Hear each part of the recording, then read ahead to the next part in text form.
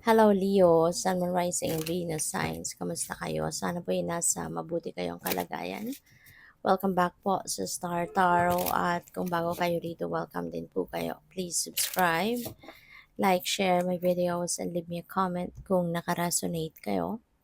So Leo, may marriage, may change, wealthy man. So baka ang iba sa inyo magpapakasal. No? Baka you're getting married. Pwede rin na ang iba sa inyo rito ah, baka ano, pupuwedeng bagong kasal, 'di ba? Puwedeng gano'n or kung hindi man ano, this could be marriage and business. Baka meron kayong pakikipagsosyo na gagawin, baka meron kayong mga business partnership ganyan ano na, gagawin 'no, papasukin. Puwede rin dito Leo na ang iba sa inyo siguro baka meron kayong a-attend-ang kasalan, 'no? Baka meron ditong offer kayo, I mean invitation to attend the wedding. Baka merong kaibigan, kapamilya, ganyan na ikakasal. So meron din tayong change, 'no? Merong pagbabagong mangyayari sa buhay mo, merong change na, is going to happen soon, 'no, Leo. At, pupuwedeng change of residence ito kasi, merong mga bagahe, merong lampshade, may upuan, so parang bahay 'no.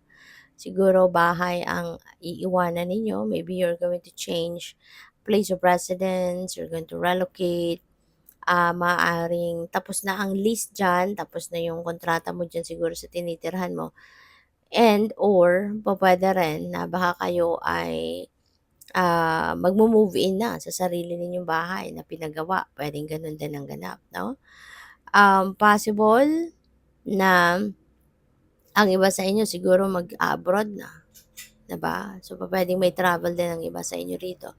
Baka kayo'y mag-a-abroad 'no, kaya kayo'y aalis na sa bahay na iyan.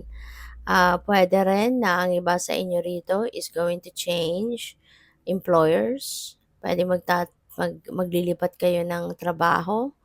Magcha-change ng career path, magcha-change ng work, ganyan.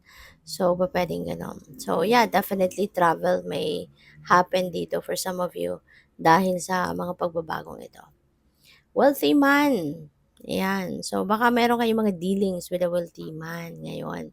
Baka meron kayong mga pakikipag-usap na gagawin ano, dito sa yayamaning taong ito.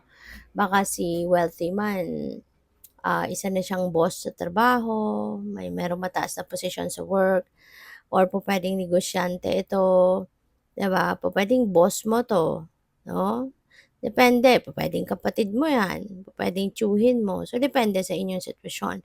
But yes, may mga pag-uusap kayong gagawin with this wealthy man.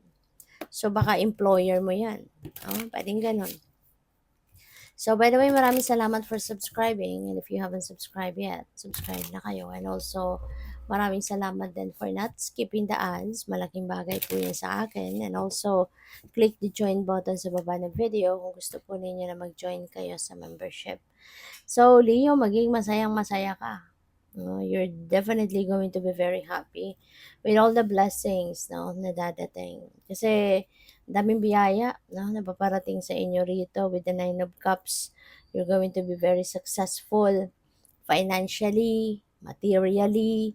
So, at saka ano ka, merong mga wishes ka na magka-come to fruition sa ngayon. Meron kang mga pinapangarap na dadating at mangyayari, no? This is also about um, falling in love, no? Ang iba sa inyo dito kung hindi pa kayo nandiyan sa ano, sa puntong magpapakasal na, kung single ka pa, baka ngayon kayo magkaka-love life, 'di ba? Baka mabubuhay na yung inyong love life sa ngayon. Baka makikilala mo na ngayon yung twin flame mo, yung soulmate mo, yung ganyan. Kaya, this could be the time that you're going to fall in love. And, yun, happiness and joy will be yours wala kayong mapaglagyan ngayon ng inyong kasiyahan, 'no, ng inyong happiness. Um, we also have the Three of Pentacles. So, this is the beginning of your success, no, Leo. This signifies na ito na yung simula ng inyong pagtatagumpay sa kung ano man ang mga ginagawa ninyo. Kasi siguro sa ngayon, ano na kayo, as in, dahil siguro sa mga makakatulong mo, mga makaka-partner mo, mas magiging mabilis nga ang pag-accomplish mo sa mga ginagawa mo, sa mga projects mo or trabaho mo, task, 'di ba? Kaya maganda 'to na merong mga taong going to support you. Kaya mabilis ngayon ang pag-angat mo. At maganda rin dito kasi hindi lang ikaw yung magtatagumpay, pati yung mga taong ito. Yung tagumpay mo, tagumpay din nila. Yung tagumpay nila, tagumpay mo din. Kasi you will be working on the same team. No? So we also have the seven, or I mean, the Seven of Cups. Ayan. So si Seven of Cups, multiple opportunity siya, no? Maraming iba't ibang klaseng oportunidad ang lalapit sa iyo sa ngayon, ang dadating.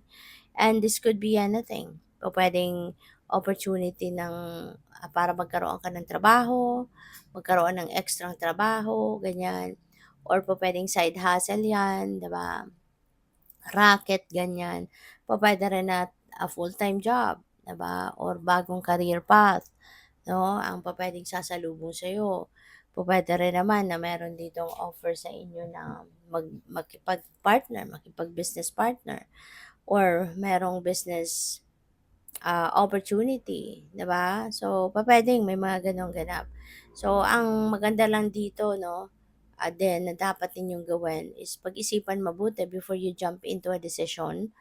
Um, Pag-isipan maigi, pag-isipan mabuti kasi um, kailangan ano na ano kayo, kailangan na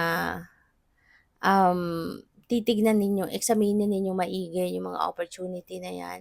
Kung alin nga ba diyan yung sa tingin mo talagang mapapanindigan mo, talagang, tignan mo diyan kung ano talaga yung sasakto 'no, sa gusto mo, sa criteria mo, yung ganyan. As in yung makakatulong talaga sa'yo, okey?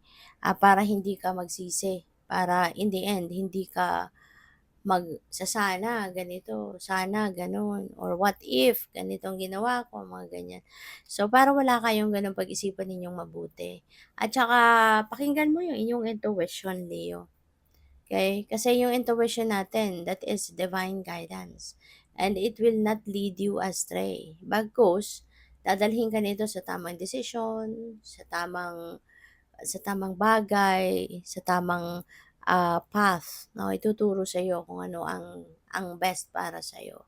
So, good luck. Thank you for watching. Love and light. Namaste.